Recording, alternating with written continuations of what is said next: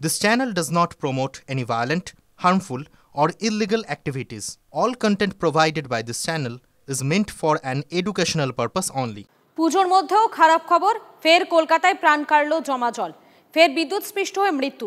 এবারে বেহালার শোষণায় মৃত্যু হলো এক বৃদ্ধার। বেহাল নিকাশি ব্যবস্থা নিয়ে ক্ষুব্ধ এলাকার বাসিন্দারা। অভিযোগ, বারবার তৃণমূল কাউন্সিলরকে জানিয়েও লাভ কিছুই হয়নি। একের পর এক মৃত্যু, দায় কার?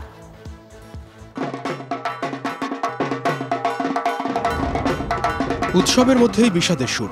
পঞ্চমীর সকালে কলকাতাতে ফের বিদ্যুৎস্পৃষ্ট হয়ে মৃত্যু। সোমবার মাঝরাতে মেঘভাঙা বৃষ্টিতে বানভাসী হয় কলকাতা, কিন্তু 5 দিন পার এখনও বেহালার সরসুনায় জল জমে রয়েছে। আর সেই জমা জল পেরিয়ে দোকানের শাটার খুলতে গিয়ে বিদ্যুৎস্পৃষ্ট হয়ে মৃত্যু হলো এক বৃদ্ধার। বছর 62 ওই মহিলার নাম সুমন্তী দেবী। তিনি ক্ষুদিরামপল্লীর বাসিন্দা। ক্ষুদিরামপল্লীতে ঠিক এই জায়গায়, যে জায়গায় আমরা দাঁড়িয়ে রয়েছি, এখানে 1-2 মাস ধরে জল জমে রয়েছে।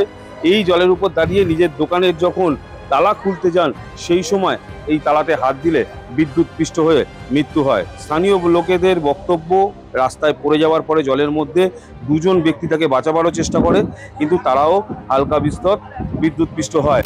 উনি দোকান খুলছিল, কারেন্ট মেরেছে, শর্ট মেরেছে, জলের দাঁড়িয়েছিল, জল দিয়ে আরো বেশি কারেন্ট শর্ট করেছে।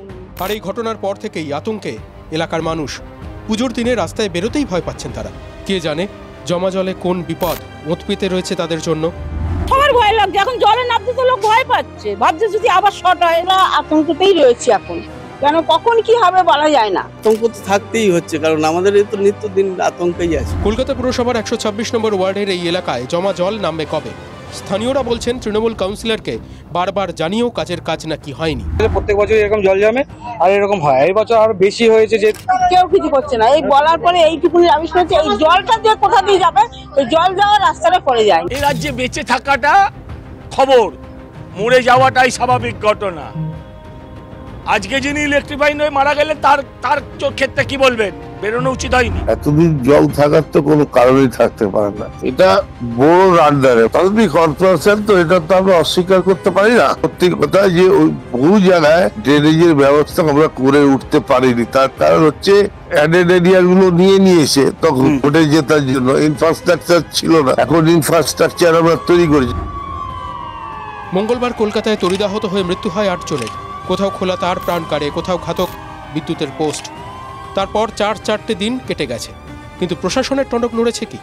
শনিবার সরসুনার ঘটনা তো তেমন কোনো ইঙ্গিত দিচ্ছে না।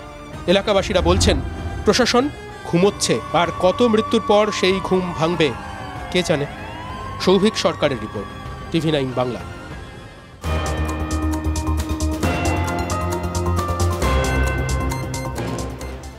নজর রাখবো তামিলনাড়ুর দিকে।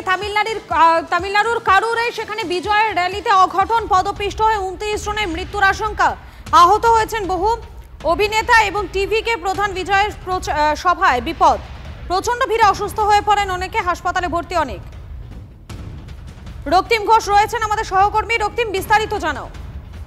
দেখো, কারুরে আজকে তামিলনাড়ুর কারুরে বিজয়ের যে টিভিকে দল, তাদের একটা র্যালি ছিল এবং সেই র্যালির জন্য 10,000 জন তারা এখানে জমায়েত হতে পারে, এরকমই কিন্তু তারা অ্যাপিল করেছিল এবং তারা পুলিশকে জানিয়েছিল 10,000 জন হতে পারে। কিন্তু সেই সংখ্যাটা জমায়েতের সংখ্যাটা 10,000 থেকে কয়েক গুণ বেড়ে গিয়েছিল এবং যার ফলে হচ্ছে হুড়োহুড়ি শুরু হয় এবং সেখানে পদপিষ্ট হওয়ার ঘটনা তৈরি হয় এবং অনেকে কিন্তু ওখানে যে একটা প্রস্তুতি তৈরি হয়েছিল সেটাও কিন্তু পরিস্থিতি তৈরি হয়েছিল। ইতিমধ্যে যেটা খবর, বিজয়ের র্যালিতে 29 জনের মৃত্যুর আশঙ্কা। ইতিমধ্যে এই খবরটা এসে গিয়েছে আমাদের কাছে এবং প্রায় 50-এর কাছাকাছি আহত এবং গুরুতর আহত সংখ্যা।